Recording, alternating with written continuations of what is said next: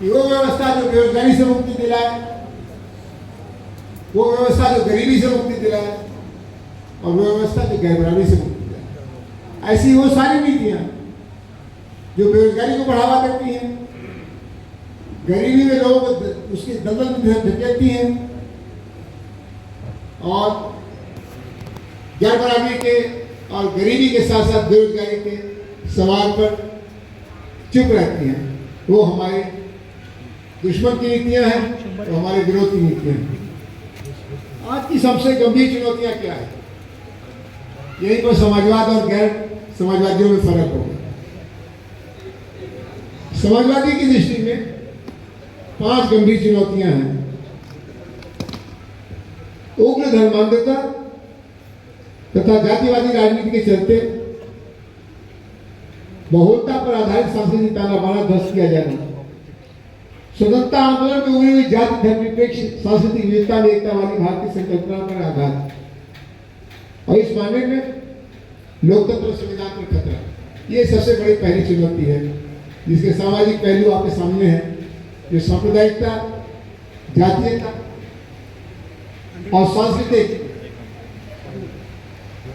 तानाशाही या बहुमतवाद या बहुजनवाद, ऐसे शब्दों से कहते हैं मेजॉरिटेरियनिज्म, दूसरी बहुसंख्यावाद। दूसरी बड़ी चुनौती 2-4 बड़े कॉर्पोरेट्स के हाथ में पूरी आर्थिक औद्योगिक व्यवस्था समेटी गई है, जिसके चलते हमारे प्राकृतिक संसाधनों का प्रचंड दोहन, उन पर आधारित समाज समूह का विस्थापन, पर्यावरण का विनाश और बढ़ती बेरोजगारी की क्षमता पैदा हो रही है। आज आपकी वजह से देश की ऐसी राजनीतिक पार्टियां भी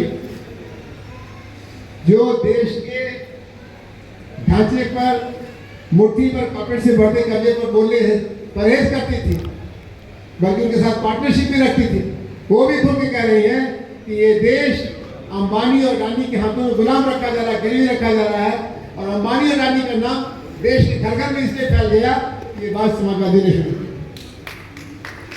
और साथियों, हम ये भी आज कह रहे हैं कि अंबानी और अडानी से हमारा क्या झगड़ा है? उनसे झगड़ा ये है कि उनके हाथों की ताकत बढ़ती जा रही है, उतनी मजदूरों की, किसानों की, आदिवासियों की ताकत घटती जा रही है। उनकी संपदा के बढ़ने का एक रहस्य ये है कि वो जल, जंगल, जमीन के तमाम स्रोतों पर कब्जा कर रहे हैं, और ये बात छत्तीसगढ़ से लेकर के नागालैंड और मणिपुर तक सही है। तीसरी चुनौती ये है लोकतांत्रिक प्रक्रिया और लोकतांत्रिक संस्थाओं को निष्प्रभ करते हुए, सच बरतने वाले कार्यकर्ता पत्रकारों को जेल में बंद करते हुए, अभिव्यक्ति की स्वतंत्रता को संकुचित करते हुए राज्य सरकार के कदम तानाशाही की तरफ बढ़ते हैं। आपको यकीन नहीं होगा कि दिल्ली जो भारत की राजधानी है, भारत जो एक लोकतंत्र है, वहां पर सरकारी इमारत में नहीं, जयप्रकाश और गांधी की बनाई संस्थाओं के भवन में मीटिंग करने के लिए पुलिस की परमिशन चाहिए। आप 15 लोग, 20 लोग इकट्ठा होते हैं, बहन नेता पाटकर है, पर्यावरण सवाल पर इन्होंने एक सम्मेलन किया, उसमें देशभर के लोगों को इकट्ठा किया, लेकिन उसका दरवाजा खोलने से उन्होंने इनकार कर दिया, कहा आपने पुलिस से परमिशन नहीं ली।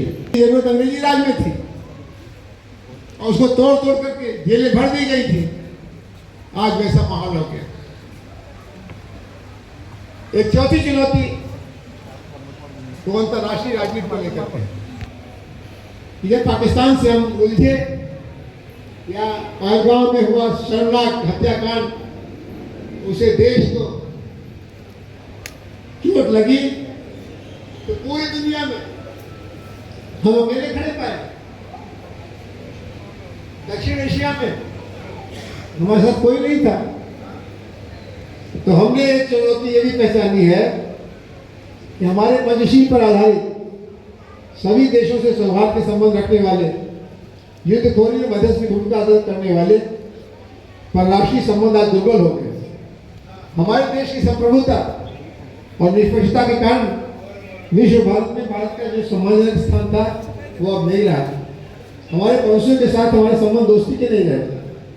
फिलिस्तीन में हो रहे मानव संघार पर भारतीय शासन चुप है। यह सब हमारे बुद्ध गांधी के देश के लिए लज्जास्पद है। संविधान के अनुच्छेद 51 का खुला उल्लंघन हो रहा है।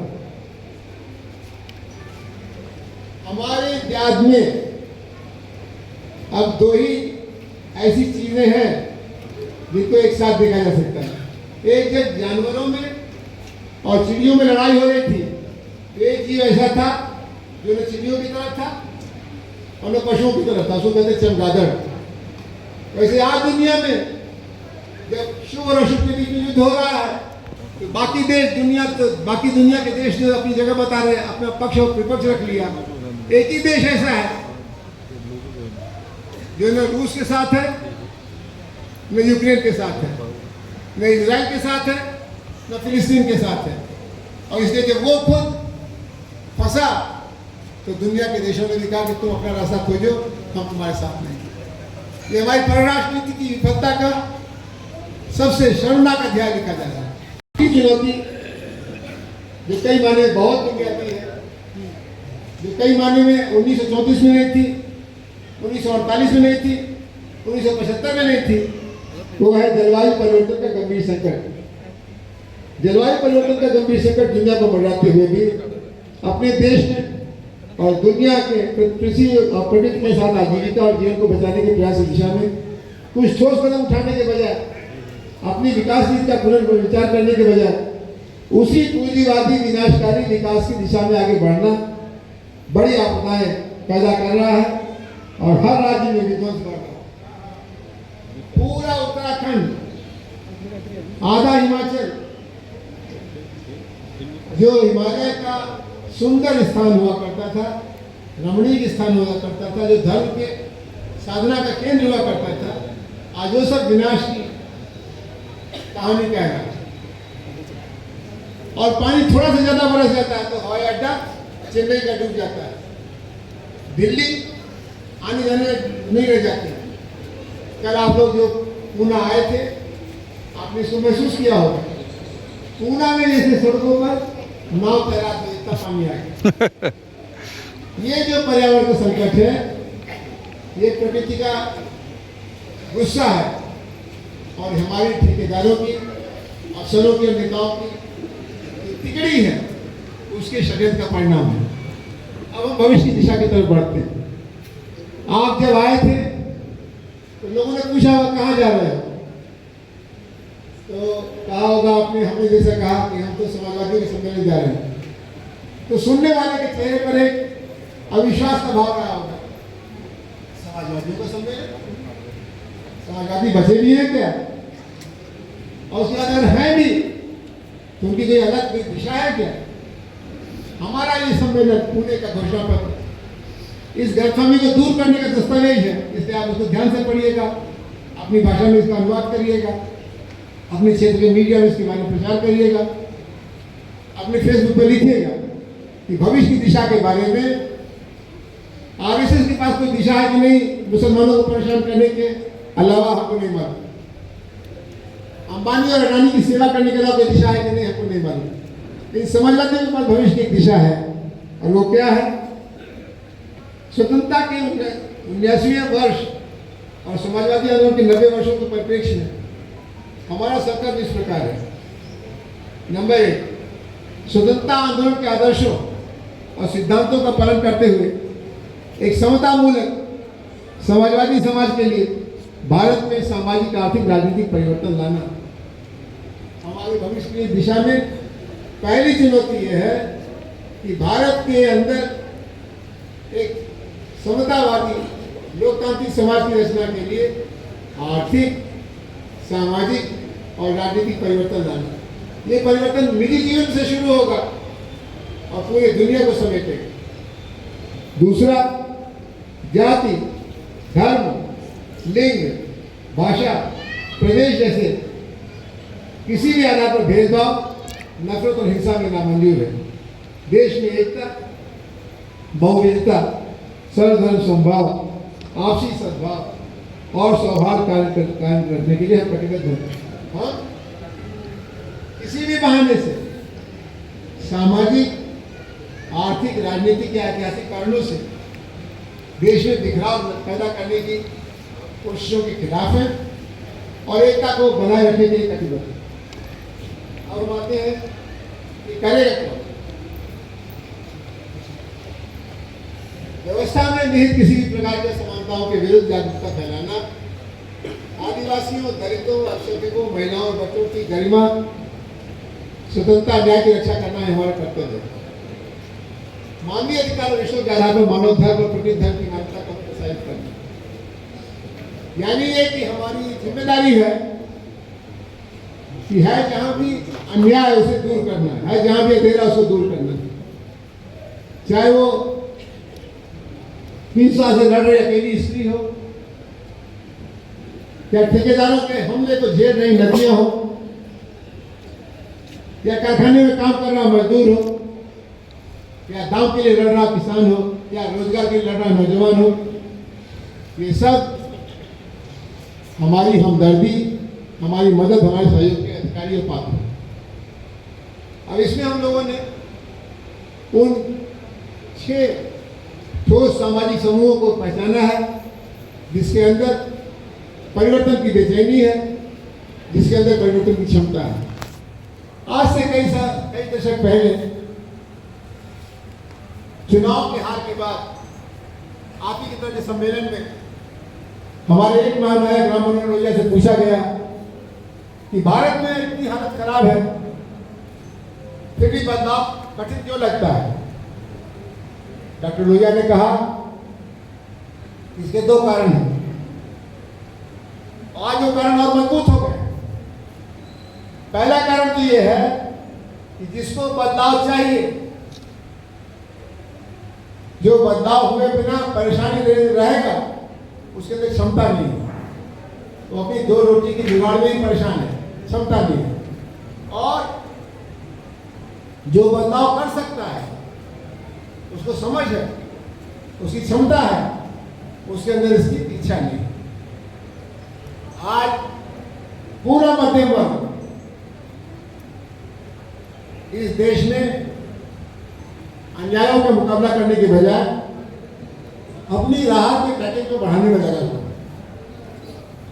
और जो वंचित वर्ग है वो किसी तरह से अपनी दाल ढकने में, अपने चादर से अपने पांव ढकने में लगा हुआ है। तो अब हम लोग कहते हैं कि हम किससे उम्मीद करते हैं? कौन समाजवाद लाने के लिए आगे आएगा?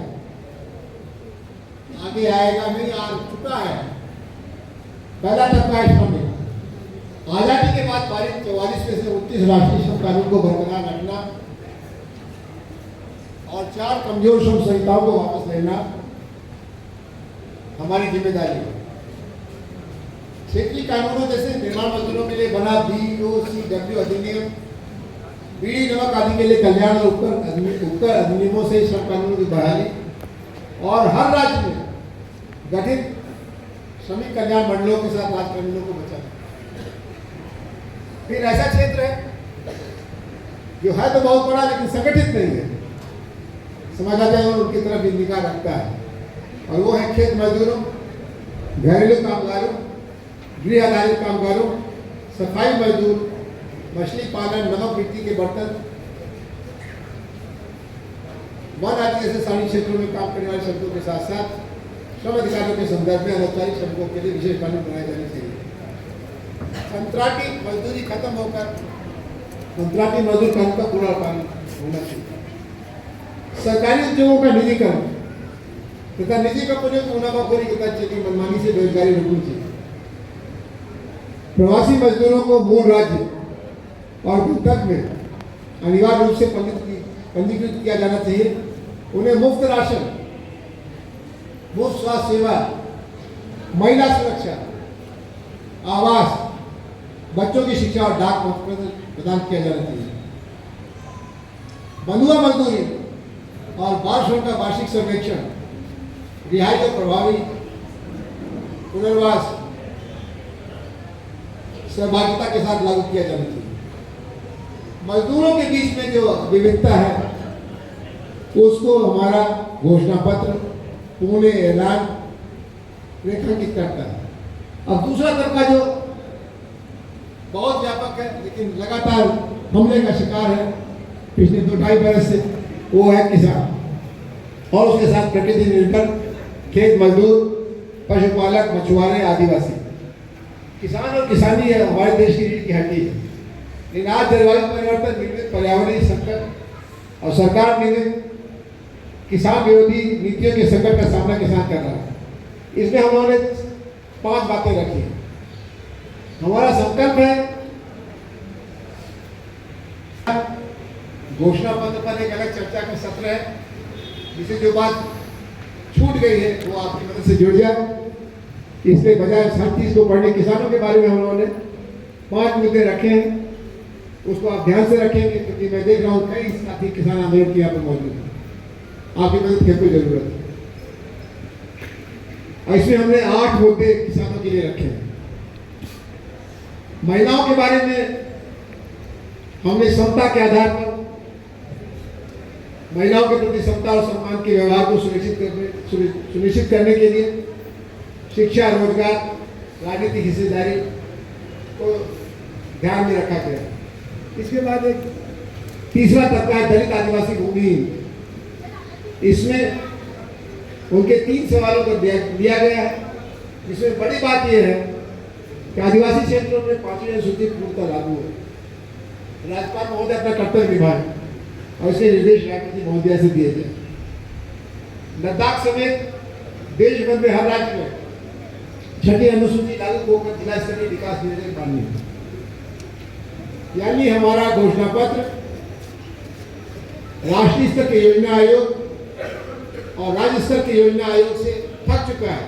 अब हम जिला को शासन और नियोजन की इकाई बनाने की लड़ाई में आगे बढ़ना चाहते हैं। साथियों, इसके बाद हमने जो मोटी बात कही है वो आर्थिक समता और विकेंद्रीकरण और विकास।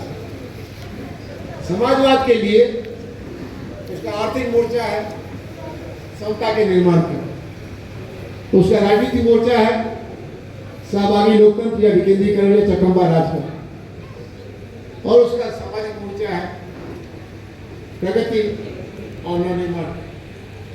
आइए इसका जो आखिरी पैरा हम लोग ध्यान से पढ़ लें, सुन लें और पूरे घोषणा पत्र को जिस सत्र में चर्चा पर ध्यान दिया जाएगा उसमें गुजरते हुए इसको एक प्रामाणिक दस्तावेज बना करके देश के सामने पेश करें, जिससे अन्य दलों को, अन्य आंदोलनों को, अन्य धाराओं को भी मार्गदर्शन मिले।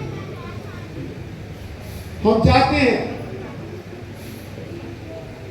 कि हमारा भारत देश और यहाँ का प्रत्येक व्यक्ति संविधान की उद्देशिका के सिद्धांत के अनुसार चले और यहाँ के सभी लोग खुशहाल रहें।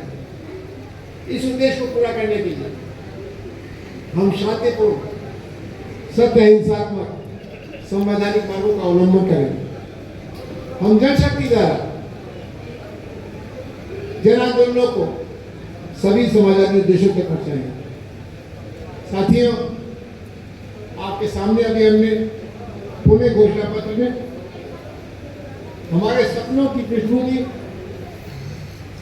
हमारी आज की समस्याओं की समझ, भविष्य की दिशा और इस दिशा की तरफ समाज को ले चलने के लिए जरूरी सामाजिक संगठनों, समुदायों और वर्गों को पहचान करते हुए कुछ ठोस बातें रखी हैं।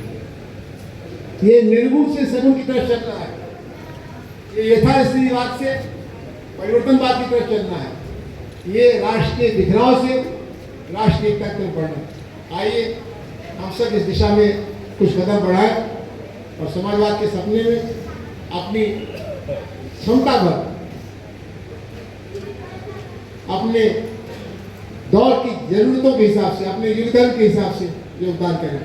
जय भारत, जय समाज। बहुत बहुत शुक्रिया प्रोफेसर साहब। हमने आधार पत्रक से इसलिए शुरुआत की ताकि लोगों को ये बहुत स्पष्ट होना चाहिए, जो समाजवादी यहाँ पर इकट्ठे हुए हैं वो विचार करने के लिए इकट्ठे हुए हैं, कार्यक्रम बनाने के लिए इकट्ठे हुए हैं। समाजवाद और समाजवादी विचार और उसके मूल्यों को बचाने और आगे बढ़ाने के लिए इकट्ठे हुए हैं। और ये बात बहुत स्पष्ट तौर पे आई। हमारे बीच में बी आर पाटिल जी भी आ गए हैं।